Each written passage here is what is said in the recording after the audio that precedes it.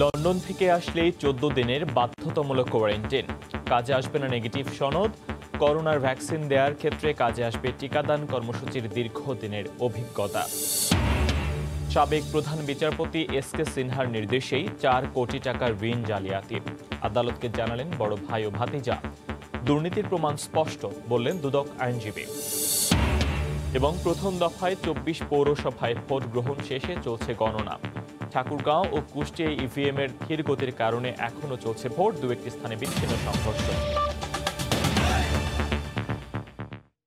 সময় সংবাদের সঙ্গে আছি ফয়সাল মোর্শেদ। যুক্তরাজ্যে করোনার নতুন সংক্রমণের কারণে দেশটির সঙ্গে ফ্লাইট বন্ধ না করে এবার যাত্রীদের দেশে প্রবেশে কঠোর বিধি নিষেধ আরোপ করতে যাচ্ছে সরকার। সোমবার মন্ত্রিসভার বৈঠকে সিদ্ধান্ত হয়েছে, লন্ডন থেকে যে কেউ ফিরলেই তাকে বাধ্যতামূলক 14 দিনের প্রাতিষ্ঠানিক কোয়ারেন্টাইনে থাকতে হবে।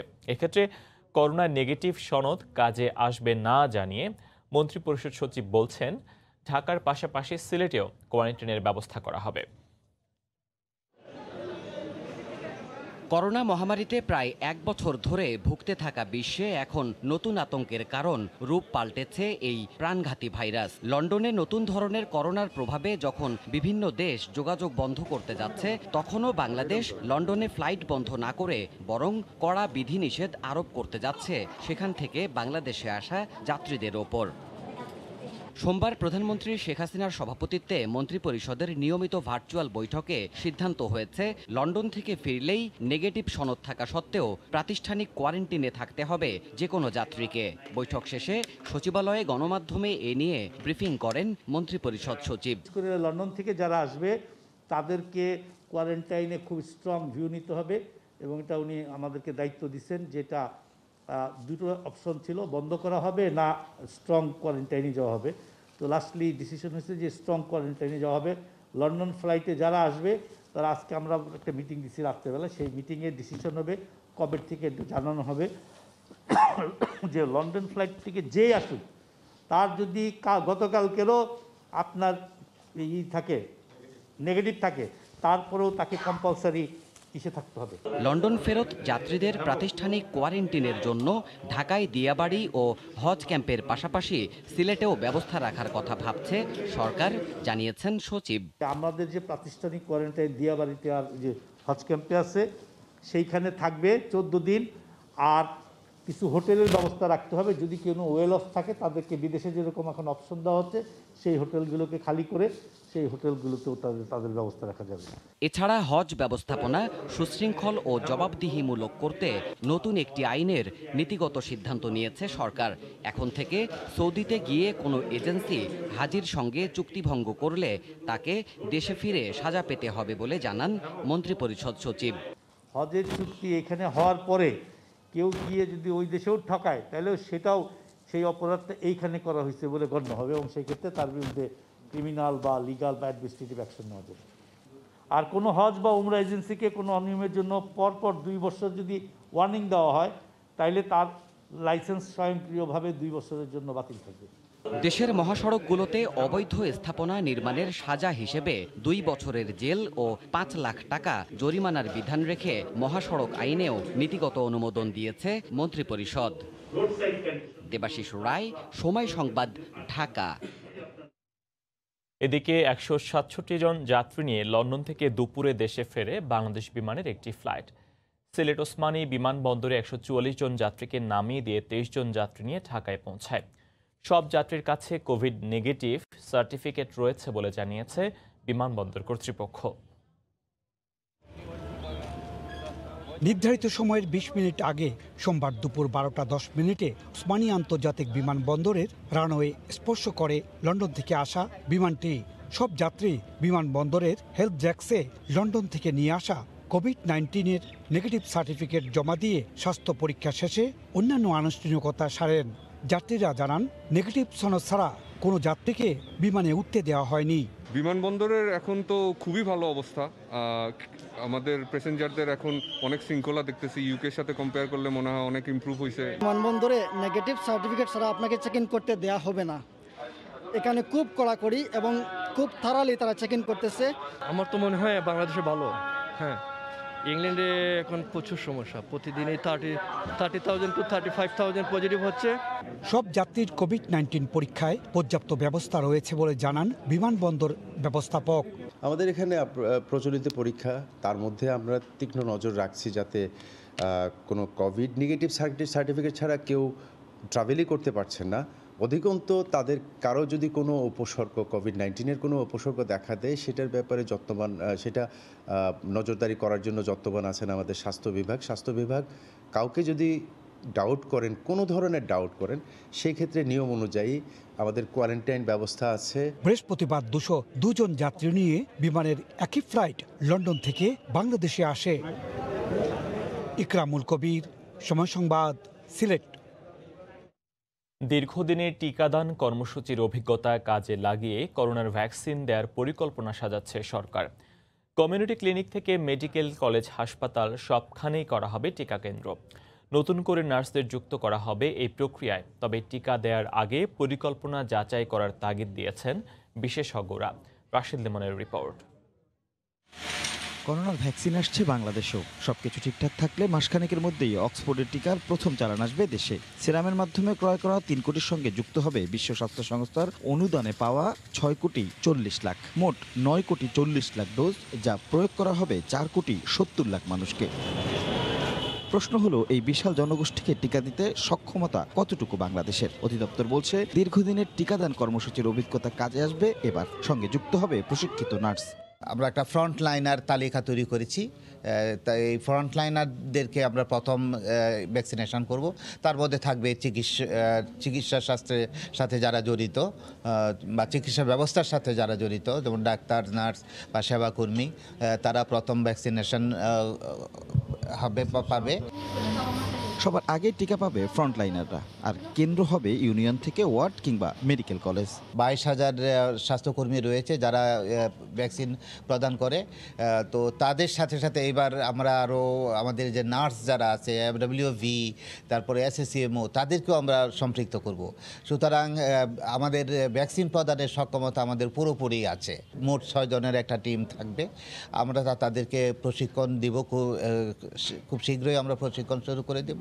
তবে পরিকল্পনা ঝালিয়ে নিয়ে প্রয়োজনে পরীক্ষামূলক কার্যক্রম চালানোর পরামর্শ বিশেষজ্ঞদের। ট্রাই দিয়ে নেওয়া যে আমরা কিভাবে করব, যাতে করে আমরা যখন শুরু করব তখন যেন কোনো বিশৃঙ্খলা বা কারো মনে অসন্তুষ্টি না হওয়া, এটা যেন না হয়। মাল্টি সেক্টরাল কমিটি বানানো, তাহলে হবে কি, ভুলগুলো কম হবে। তারপরেও যে কিছু সমস্যা থাকবে না তা না, তো সেই জন্য আমাদের কিছু লিভিং ডকুমেন্ট রাখতে হবে। এছাড়া এই প্রক্রিয়ায় কেউ যেন অনৈতিক সুবিধা না পায় সে বিষয়টিও গুরুত্ব দিয়ে দেখার তাগিদ তাদের। রাশেদ লিমন, সময় সংবাদ, ঢাকা। এদিকে টিকাদান কর্মীদের প্রশিক্ষণ এবং তাপমাত্রা নিয়ন্ত্রণ করে ভ্যাকসিন সংরক্ষণই সরকারের জন্য বড় চ্যালেঞ্জ বলে মনে করছেন সংশ্লিষ্টরা। এছাড়া নকল ঠেকাতে এবং টিকা কেন্দ্রগুলোর নিরাপত্তা নিশ্চিতের পাশাপাশি গুজব প্রতিরোধে ব্যবস্থা নিতে আইনশৃঙ্খলা রক্ষা বাহিনীকে নির্দেশনা দেওয়া হয়েছে। বিস্তারিত জানাচ্ছেন কমল দে। সম্প্রতি প্রধানমন্ত্রীর কার্যালয়ে অনুষ্ঠিত করোনা ভ্যাকসিন ব্যবহার পরিকল্পনা সংক্রান্ত সভা থেকে 17 দফা নির্দেশনা দেওয়া হয়। এর মধ্যে টিকাদান কর্মসূচিকে নির্বিঘ্ন করতে বিভাগীয়, জেলা এবং উপজেলা পর্যায়ে 14 সদস্যের কমিটি গঠন করতে বলা হয়েছে। সে সাথে টিকাদান কর্মীদের প্রশিক্ষণ পরিকল্পনা, টিকা গ্রহীতার পূর্ণাঙ্গ তথ্য দিয়ে কার্ড প্রস্তুত রাখা হবে। এছাড়া করোনা ভ্যাকসিন বর্জ্য নিষ্কাশনের গাইডলাইন তৈরিরও নির্দেশনা দেওয়া হয়েছে। আমরা সম্পূর্ণরূপে প্রস্তুত। করোনা ভ্যাকসিন যখন আসবে, কারা পাবে কারা পাবে না, এই বিষয়ে চট্টগ্রাম বিভাগ সরকারের নির্দেশ অনুযায়ী কাজ করবে এবং যেদিন আসবে সেদিন থেকে আমরা এটা যারা পাবে তাদের কাছে পৌঁছে দিতে পারবো। জানুয়ারির শেষ সপ্তাহে করোনার ভ্যাকসিন বাংলাদেশে আসবে, সেভাবেই চলছে সরকারের কর্মপরিকল্পনা। তবে গবেষকরা মনে করছেন সঠিক তাপমাত্রায় ভ্যাকসিন সংরক্ষণ এবং পরিবহন নিয়ে চ্যালেঞ্জের মুখে পড়তে হতে পারে। আর তাই ভ্যাকসিনের গুণগত মান ঠিক রাখতে কোল্ড চেইন ব্যবস্থাপনাকেই সবচেয়ে বেশি গুরুত্ব দেওয়া হচ্ছে। তবে অপচয় এড়াতে অ্যান্টিবডি পরীক্ষা করে ভ্যাকসিন প্রয়োগের কথা বলছেন জনস্বাস্থ্য বিশেষজ্ঞরা। গাড়িতে করে নিয়ে যাচ্ছে, তারপরে সেখানে টেম্পারেচার মেনটেন করা হচ্ছে কিনা বা ঝাঁকানিটা কেমন হচ্ছে, সব কিছু মিলে এখানে আসলে একটা শঙ্কা থেকে যাবে। তবে আমার মনে হয় এগুলোকে ওভারকাম করার সুযোগ আছে প্রথম দিক থেকে যদি আমরা ইনিশিয়েটিভ নিই। অ্যান্টিবডি ছাড়া করোনা টেস্ট যদি দেওয়া হয় একটা সংকট তৈরি হতে পারে, এবং অ্যান্টিবডি টেস্ট করে যদি ভ্যাকসিন দেওয়া হয় তাহলে ভ্যাকসিনের পরিমাণও কম লাগবে। এদিকে করোনা ভাইরাসের ভ্যাকসিন দেওয়াকে কেন্দ্র করে গুজব সৃষ্টির শঙ্কা সরকারি সংস্থাগুলোর, আর তাই টিকা প্রদান সেন্টারগুলোর নিরাপত্তা নিশ্চিত করার পাশাপাশি গুজব প্রতিরোধে নিয়মিত ব্রিফিং আয়োজনের নির্দেশনা দেওয়া হয়েছে। আইনশৃঙ্খলা বাহিনীও সে ধরনের প্রস্তুতি নিচ্ছে বলে জানালেন Chattogram range DIG. Corona vaccine সংক্রান্তে কোনো গুজব ছড়িয়ে কেউ যেন কোনো অস্থিতিশীল পরিবেশ তৈরি করতে না পারে, সেই জন্য আইনশৃঙ্খলা রক্ষাকারী বাহিনী সতর্ক থাকবে। স্বাস্থ্য বিভাগের তথ্য অনুযায়ী বাংলাদেশে যে টিকা আনা হচ্ছে তা -2 থেকে 8 ডিগ্রি সেলসিয়াস তাপমাত্রায় সংরক্ষণ করা যাবে, আর পর্যায়ক্রমে 5.5 কোটি ডোজ টিকা বাংলাদেশে আনা হবে। কমল দে, সময় সংবাদ, চট্টগ্রাম। দেশে করোনায় আক্রান্ত হয়ে একদিনে 27 জন মারা গেছেন। এ নিয়ে মৃতের সংখ্যা বেড়ে দাঁড়িয়েছে 7,479 জনে। স্বাস্থ্য অধিদপ্তরের তথ্য মতে 24 ঘন্টায় নতুন করে 932 জনের দেহে শনাক্ত হয়েছে কোভিড-19।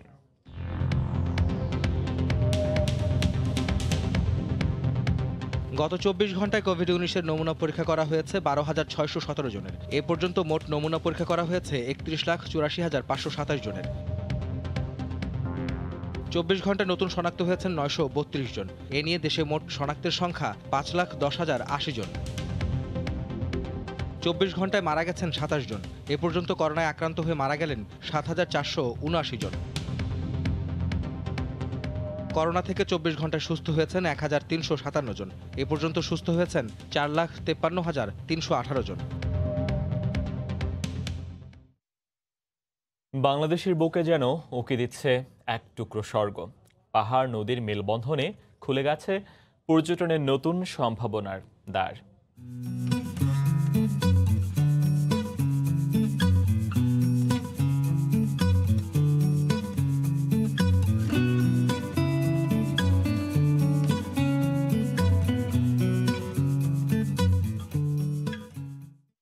কক্সবাজারের চকরিয়ার মানিকপুর সুরাজপুরের সেই অপার্থিব প্রাকৃতিক সৌন্দর্য দেখতে চোখ রাখুন সংবাদের শেষাংশে। পদ্মা সেতুর কাজে লুক্সেমবার্গ থেকে বানিয়ে আনা স্ল্যাবগুলো দেশে পৌঁছাবে আগামী ফেব্রুয়ারি মাসে। ফ্যাব্রিকেশন, রং করা সহ সব কাজ শেষ করে পরবর্তী 2 মাসের মধ্যে সেগুলো স্প্যানের উপর বসিয়ে দেয়া সম্ভব হবে বলে মনে করছে সেতু কর্তৃপক্ষ। এদিকে চলতি বছরের জুলাই মাসে নদী ভাঙনে তলিয়ে যাওয়া স্ল্যাবগুলো বালির নিচে চলে যাওয়ায় উদ্ধার কাজ শেষ পর্যন্ত পরিত্যক্ত ঘোষণা করেছে সেতু মন্ত্রণালয়। ওমর ফারুকের ছবিতে এহসান জুয়েলের রিপোর্ট। দেখে মনে হতে পারে বড় কোনো ধ্বংসযজ্ঞ ঘটেছে এখানে। পদ্মা সেতু প্রকল্পের কুমারভোগ ইয়ার্ডের নদীর পাড়ের চিত্র এটি। চলতি বছরের জুলাই মাসে হঠাৎ করে নদী ভাঙনের কবলে পড়ে তলিয়ে যায় এখানে রাখা 126টি রোড স্ল্যাব ও 192টি রেলওয়ে স্ট্রিঞ্জার। এরপর কয়েক দফা নদী থেকে সেগুলো উদ্ধারের চেষ্টা করা হয়। সেতু কর্তৃপক্ষের কাছে থাকা তথ্য বলছে, বর্তমানে নদীর তলদেশে 20 থেকে 30 ফুট বালির নিচে চাপা পড়ে গেছে স্ল্যাবগুলো। একই সময়ে পরামর্শক প্রতিষ্ঠান তাদের জানিয়েছে, যেখানে গত 7 বছরে পদ্মা নদী থেকে বালি অপসারণ হয়েছে 90 মিলিয়ন স্কয়ার ঘনফুট, সেখানে গত আগস্ট সেপ্টেম্বর মাসেই শুধু পদ্মায় পলি জমেছে রেকর্ড 50 মিলিয়ন ঘনফুট। এ অবস্থায় সম্প্রতি পরিত্যক্ত ঘোষণা করা হয়েছে স্ল্যাবগুলোর উদ্ধার কাজ। তারা হাইড্রোলজি স্টাডি করে দেখেছে ইতিমধ্যে যে রেলওয়ে স্ট্রিঞ্জারগুলো এগুলো কিন্তু মাটির প্রায় 20 থেকে 30 ফিট নিচে এটা চলে গেছে।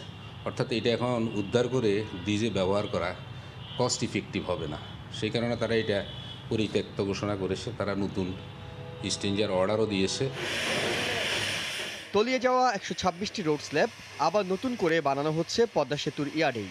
তবে রেলওয়ে স্ট্রিঞ্জার দেশে বানানো সম্ভব নয় বলে লুক্সেমবার্গ থেকে আনা হচ্ছে তা। এদিকে দীর্ঘমেয়াদে পদ্মা সেতুর ইয়ার্ড রক্ষায় এই এলাকায় নদী শাসনের কাজের পরিধি বাড়ানো প্রয়োজন বলে মনে করছে সেতু কর্তৃপক্ষ। রহস্যময় পদ্মার একুল ভাঙে অকুল গড়ে, তবে ভাঙা ঘর আর এই খেলা বিপজ্জনক হয়ে উঠতে পারে মূল সেতুর অবকাঠামোর জন্য। তাই নদী শাসনের এলাকা বাড়িয়েও চেষ্টা করা হচ্ছে আগামী বর্ষার আগে ভাঙনপ্রবণ এলাকাগুলোতে প্রতিরক্ষা ব্যবস্থা গড়ে তোলার। এহসান জুয়েল, সময় সংবাদ, মাওয়া, মুন্সিগঞ্জ। প্রথম দফায় 24 পৌরসভায় ভোট গ্রহণ শেষে এখন চলছে গণনা। তবে কয়েকটি পৌরসভায় ইভিএমের ধীর গতির কারণে এখনও শেষ হয়নি ভোট। এদিকে 2-1টি স্থানে নির্বাচন ঘিরে বিক্ষিপ্ত সংঘর্ষের ঘটনা ঘটেছে। সুষ্ঠু পরিবেশ বজায় রাখতে কাজ করছে আইনশৃঙ্খলা রক্ষা বাহিনী। ব্যুরো ও জেলা প্রতিনিধিদের পাঠানো তথ্য ছবি নিয়ে রিপোর্ট। সোমবার বিকেল 4টা নাগাদ শেষ করার কথা থাকলেও এখনো ঠাকুরগাঁও ও কুষ্টিয়ায় চলছে ভোট গ্রহণ। ইভিএম পদ্ধতিতে ভোট দিতে ধীরগতির কারণে এই বিপত্তি বলে জানায় প্রিজাইডিং কর্মকর্তা। নতুনত্ব একটা প্রযুক্তি, বুঝতে সময় লাগতেছে তাদের। এখন যারা ভিতরে ভোটার আছে তারা একজনও বাদ যাবে না, যদি সেটা আমাদের রাত 8টা 9টা 10টা 6টা বাজে।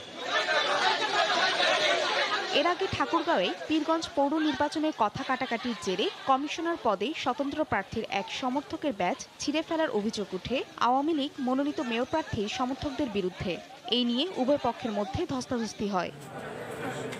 পঞ্চগড়েও নির্বাচনী সহিংসতায় সরকারি কালেক্টরেট, শিক্ষানিকেতন ও তুলারডাঙ্গা সরকারি প্রাথমিক বিদ্যালয় কেন্দ্রে জেলা নির্বাচন অফিসারের গাড়িসহ পোলিং এজেন্টদের 5টি মোটরসাইকেল ভাঙচুর হয়। আহত হন এক পুলিশ সদস্য।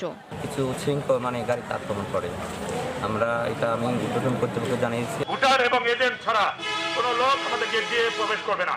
এদিকে যে কোনো পরিস্থিতি মোকাবেলায় কেন্দ্রগুলোতে প্রস্তুত রয়েছে আইনশৃঙ্খলা বাহিনীর সদস্যরা। মোবাইল টিম, স্ট্রাইকিং টিম এগুলো আমরা নির্ধারণ করেছি। এছাড়া প্রতিটা কেন্দ্রেই তো আমাদের কেন্দ্রের জন্য নির্ধারিত ফোর্স ডিপ্লয় করা হয়েছে, অফিসার আছে।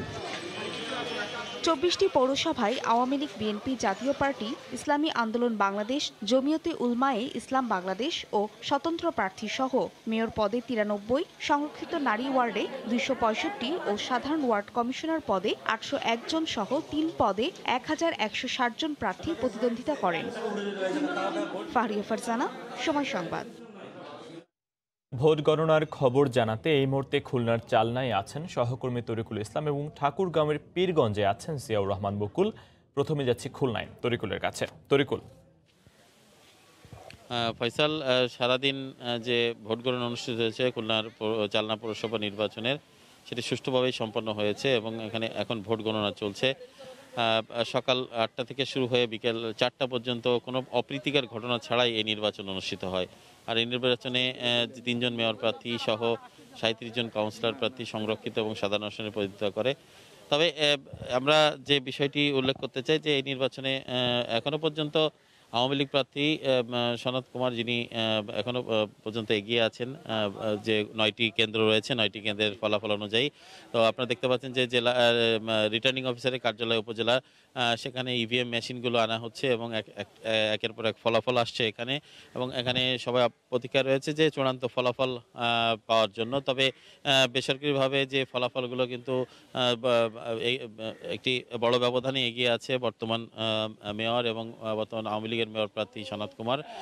পাশাপাশি আমরা আরেকটি বিষয় আপনার উল্লেখ করতে চাই, সেটি হচ্ছে যে বিএনপি প্রার্থী আবুল খয়ের খান, যিনি আজকে নির্বাচন চলাকালীন সময়ে 3টা 50 মারা গেছেন করোনা আক্রান্ত হয়ে। তিনি চিকিৎসাধীন ছিলেন খুলনা বিশেষায়িত করোনা হাসপাতালে এবং এ সময় খবর যখন ছড়িয়ে পড়ে, এই খবর শোনার পরপরই কিন্তু বিএনপি দলীয় নেতাকর্মীদের মাঝে শোকের ছায়া নেমে আসে, অনেকে কান্নায় ভেঙে পড়ে এবং তারা এই মুহূর্তে সেখানে চলছে শোকাহত পরিবেশ। অন্যদিকে নির্বাচনী ফলাফল প্রতীক্ষায় রয়েছেন যারা জয় প্রত্যাশী প্রার্থীরা রয়েছেন, এখানকার যারা কাউন্সিলর প্রার্থী রয়েছেন অধিকাংশ তারা ফলাফল আসলে ইতিমধ্যে পেয়ে গেছেন। তো সারাদিন আমরা যে বিষয়টি উল্লেখ করেছি যে সব মিলিয়ে যে বিষয়টি রিটার্নিং অফিসারের কার্যালয় সূত্রে জানতে পেরেছি যে 80% ভোট এই নির্বাচনে ভোট গ্রহণ হয়েছে এবং ভোটারদের উপস্থিতি ছিল সকাল থেকে লক্ষণীয় এবং সেখানে নারী ভোটারদের উপস্থিতি ছিল বেশি বলে আমরা দেখতে পেয়েছি এবং প্রতিটা কেন্দ্রেই ছিল পুলিশি নিরাপত্তা, আইনশৃঙ্খলা বাহিনী সহ সকল আইনশৃঙ্খলা বাহিনীর সদস্যরা, তারা কিন্তু কড়া নিরাপত্তার মধ্যে দিয়ে এই ভোট গ্রহণ অনুষ্ঠিত হয় এবং করোনার পরিস্থিতির কারণে মাস্ক পরিধান করে ভোটাররা কিন্তু ভোট প্রয়োগ করেছেন। তো আমার কাছে এই ছিল সব মিলিয়ে খুলনার চালনা পৌরসভা নির্বাচনের সর্বশেষ খবর। এখন শুধু রয়েছে ফলাফল ঘোষণার যে সময়টুকু রয়েছে সেটি বাকি রয়েছে। চলে যাচ্ছি পরবর্তী খবর জানতে ঠাকুরগাঁয়ে, সেখানে রয়েছেন আমাদের সহকর্মী বকুল, তার কাছে চলে যাচ্ছি। ধন্যবাদ আপনাকে। আপনারা জানেন যে এই প্রথম ধাপের যে পৌর নির্বাচন, সেই পৌর নির্বাচন কিন্তু ঠাকুরগাঁয়ে এই জেলার পীরগঞ্জ যেই উপজেলা আছে, এই উপজেলার পৌরসভায় কিন্তু পৌর নির্বাচন চলছে। তো এই অবস্থাতে আমরা সকাল থেকে যে বিষয়টি লক্ষ্য করেছি তা হচ্ছে যে শীতের যে সকাল ছিল, সেই শীতের সকালে কিন্তু ভোটারদের তেমন উপস্থিতি আমরা তেমনভাবে লক্ষ্য করিনি। তবে বেলা বাড়ার সাথে সাথে এই ভোটারদের উপস্থিতি কিন্তু বেড়েছে এবং সেই কারণে দীর্ঘ লাইন কিন্তু এখনও পর্যন্ত অপেক্ষা করছেন ভোটাররা। আপনারা দেখছেন যে এখন পর্যন্ত নারী ভোটাররা তারা এখানে দাঁড়িয়ে আছেন, ঠিক উল্টো পাশে পুরুষ ভোটাররাও রয়েছেন। তো আমরা বলতে পারি, আমরা খোঁজ নিয়েছি এবং প্রিজাইডিং অফিসারের সাথে কথা বলেছি যে আমরা যতটুকু জানি যে সকাল 8টা থেকে বিকাল 4টা পর্যন্ত এই ভোটাররা কিন্তু তারা ভোট প্রদান করেন নিয়ম অনুযায়ী। তবে 4টার মধ্যেই কিন্তু ভোটাররা তাদের স্ব কেন্দ্রে পৌঁছেছেন এবং সেই কারণেই প্রিজাইডিং অফিসার বলেছেন যে যত রাত হোক তারপরেও কিন্তু যারা কেন্দ্রে প্রবেশ করেছেন তাদের কিন্তু ভোট নেওয়া হবে। তো এই অবস্থাতে মানে তারা কিন্তু বলছেন যে ইভিএমের যে একটা ধীরগতি, সেই ধীরগতির কারণেই কিন্তু এই ভোটারদের দীর্ঘ সময় অপেক্ষা করতে হচ্ছে। তো এখানে একজন পুরুষ ভোটার আছেন, আমরা তার সাথে কথা বলবো যে আসলে ভোটারদের এই ভোগান্তি নিয়ে একটু কথা বলতে চাই। আপনি বলবেন একটু কি অবস্থা বলেন তো? আমি বোঝাচ্ছি যে আমি প্রায় 3টার দিকে আসছি, 3টা থেকে এখনও ভোটার লাইনে দাঁড়া থাকতেছি। আমাদের যে সমস্যাটা হচ্ছে যে ইভিএম যে পদ্ধতি চালু করা হয়েছে, এই চালু করার কারণে মানে খুব ধীর গতিতে ভোট হচ্ছে। আর ফিঙ্গারপ্রিন্টের সমস্যা, ম্যাচিং হচ্ছে না। ধন্যবাদ আপনাকে। আপনি শুনছিলেন যে ভোটাররা তাদের যে ভোগান্তির কথা তারা কিন্তু এই জিনিসটি বলছিলেন। তো এখনও পর্যন্ত আমরা যেটি লক্ষ্য করছি যে এখানে এই কেন্দ্রে আপনার হলো 2 শতাধিকের মতো ভোটাররা তারা কিন্তু এখনও ভোট দেওয়ার জন্য অপেক্ষা করছেন। তো এই ছিল ঠাকুরগাঁয়ের পীরগঞ্জ থেকে সর্বশেষ পরিস্থিতি। ফয়সাল, পৌরসভা নির্বাচনে ভোট গ্রহণ এবং গণনা কার্যক্রমের খবর নিয়ে আমাদের সঙ্গে সরাসরি যুক্ত হয়ে জানাচ্ছিলেন ঠাকুরগাঁও থেকে সহকর্মী জিয়াউর রহমান বকুল। তারও আগে তরিকুল ইসলাম যুক্ত হয়ে জানাচ্ছিলেন খুলনা থেকে। জানাবো দেশের বাইরের খবর। যুক্তরাষ্ট্রের লস অ্যাঞ্জেলেসে করোনায় প্রতি 10 মিনিটে মারা যাচ্ছেন একজন। শহরটিতে গত 7 দিনে প্রতিদিন আক্রান্ত হচ্ছেন প্রায় 20,000-এরও বেশি। সংক্রমণের হার বেড়েছে আশঙ্কাজনকভাবে। এটি নতুন ধরনের করোনা কিনা তা শনাক্তে তথ্য বিশ্লেষণ ও পরীক্ষা নিরীক্ষা শুরু করেছেন বিশেষজ্ঞরা। লস অ্যাঞ্জেলস থেকে লস্কর আল মামুনের রিপোর্ট। স্থানীয় সময় শনিবার শুধুমাত্র লস অ্যাঞ্জেলেসেই করোনায় মারা গেছেন প্রায় 1.5 শতাধিক, আক্রান্ত হয়েছেন প্রায় 30,000। আগের দিন শুক্রবার বড়দিনে করোনায় মারা গেছেন 148 জন। লস অ্যাঞ্জেলেসে এখন পর্যন্ত এটি একদিনে সর্বোচ্চ মৃতের সংখ্যা। সম্প্রতি ব্রিটেনে করোনা ভাইরাসের নতুন স্ট্রেইন শনাক্ত হওয়ার পর ব্রিটিশ বিজ্ঞানীরা দাবি করেছেন মূলত যে অঞ্চলে সংক্রমণ অনেক বেড়ে গেছে সেখানেই নতুন এই স্ট্রেইনের অস্তিত্ব শনাক্ত হয়েছে। যেহেতু লস অ্যাঞ্জেলেসের সংক্রমণের হার অনেক বেশি, তাই বিজ্ঞানীরা নতুন করোনা এই অঞ্চলেও ছড়িয়ে পড়েছে কিনা তা শনাক্তে জোর নিরীক্ষা চালাচ্ছেন। Los Angeles county health director Barbara ফেরেরা বলেন, ইতিমধ্যেই ল্যাবে স্থানীয় আক্রান্তদের নমুনা সংগ্রহ করে ভাইরাসের জিন সিকোয়েন্স গবেষণা করে দেখা হচ্ছে। 7 দিন পর এই গবেষণার ফলাফল জানা যাবে।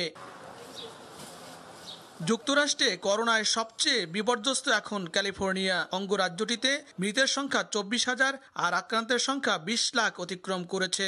আক্রান্তের সংখ্যা বাড়ার সাথে সাথে হাসপাতালে ভর্তি ও মৃত্যুর সংখ্যাও বাড়ছে পাল্লা দিয়ে। ইতিমধ্যেই হাসপাতালগুলো হয়ে পড়েছে বেড শূন্য।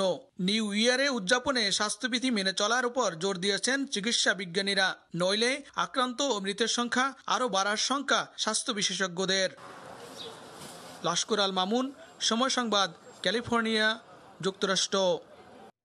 পাহাড় ও নদীর মেলবন্ধনে নতুন পর্যটন সম্ভাবনার দ্বার খুলেছে কক্সবাজারে। চকরিয়ার মানিকপুর, সুরাজপুরে কাশ্মীরের শ্রীনগরের ডাল লেকের মতোই দেখা মিলছে যেন এক টুকরো স্বর্গের ছোঁয়া। কক্সবাজারে মিলবে এবার স্বর্গের ছোঁয়া। শিশির ভেজা ভোরে নদীর নীল জলরাশি আর কুয়াশা ভেদ করে এগিয়ে যাওয়া নৌকার প্রতি মুহূর্তের সৌন্দর্য বিস্মিত আর অভিভূত করবে সবাইকে। দুপাশের বিস্তৃত সবুজ পাহাড় সেই সৌন্দর্যে যোগ করেছে বাড়তি মাত্রা। মাঝে মাঝে কুয়াশার ফাঁকে সকালের সূর্য উঁকি দেয়, একসময় মিষ্টি রোদের আবায় দৃষ্টিতে মুগ্ধতা আনে। কক্সবাজারের চকরিয়া উপজেলায় নতুন এই পর্যটন কেন্দ্র নিভৃতে নিঃস্বর্গ। দৃষ্টিনন্দন এই পর্যটন কেন্দ্র কক্সবাজারের পর্যটনে নতুন মাত্রা যোগ করবে এমন প্রত্যাশা সংশ্লিষ্ট সবার। এখানে যদি না আসে বোঝা যাবে না যে এই পর্যটন স্পটটা কত সুন্দর। আমাদের ভালো লাগলো এরকম একটি সুন্দর পর্যটন এলাকায় আমরা আসতে পেরে। এই পর্যটনের কারণে বিভিন্ন দূর থেকে পর্যটক আসবে, আমরা এটা আশা করি। স্থানীয় জনপ্রতিনিধি জানালেন এলাকাটি ভ্রমণের জন্য নিরাপদ। আগে কোনো উদ্যোগ না নেয়ায় সম্ভাবনাময় এই স্থানটি এতদিন অবহেলায় পড়েছিল। ইতিমধ্যে আমরা কাজ আরম্ভ করেছি এবং জেলা প্রশাসক মহোদয় এসেছেন। আমরা চাই এই সুরজপুর মানিকপুর পর্যটনকে বাংলাদেশ দেখবে। বান্দরবনের লামা আর কক্সবাজারের চকরিয়া উপজেলার মানিকপুর সুরাজপুরের মাঝখানে বয়ে চলা মাতামুহুরী নদীর এই প্রাকৃতিক সৌন্দর্য সারা দুনিয়াকে জানানোর উদ্যোগের কথা জানালেন জেলা প্রশাসক। এই অপরূপ সৌন্দর্যময় জায়গাটাকে আমরা আরও পর্যটকদের আসার উপযোগী করা, পর্যটকরা যাতে নির্বিঘ্নে ভ্রমণ করতে পারে সেই ব্যবস্থা আমরা করব। সঠিক ব্যবস্থাপনা ও নিরাপত্তা বাড়ানো গেলে কাশ্মীরের শ্রীনগরের ডাল লেকের মতোই অপরূপ সৌন্দর্যের এই এলাকাটিতে বাড়বে প্রকৃতিপ্রেমী মানুষের ভিড়। সুজাউদ্দিন রুবেন, সময় সংবাদ, কক্সবাজার। এ পর্যায়ে শীর্ষ সংবাদ জানিয়ে দিচ্ছি আরেকবার। লন্ডন থেকে আসলেই 14 দিনের বাধ্যতামূলক কোয়ারেন্টাইন, কাজে আসবে না নেগেটিভ সনদ। করোনার ভ্যাকসিন দেওয়ার ক্ষেত্রে কাজে আসবে টিকাদান কর্মসূচির দীর্ঘদিনের অভিজ্ঞতা। সাবেক প্রধান বিচারপতি এস.কে. সিনহার নির্দেশেই 4 কোটি টাকা ঋণ জালিয়াতি।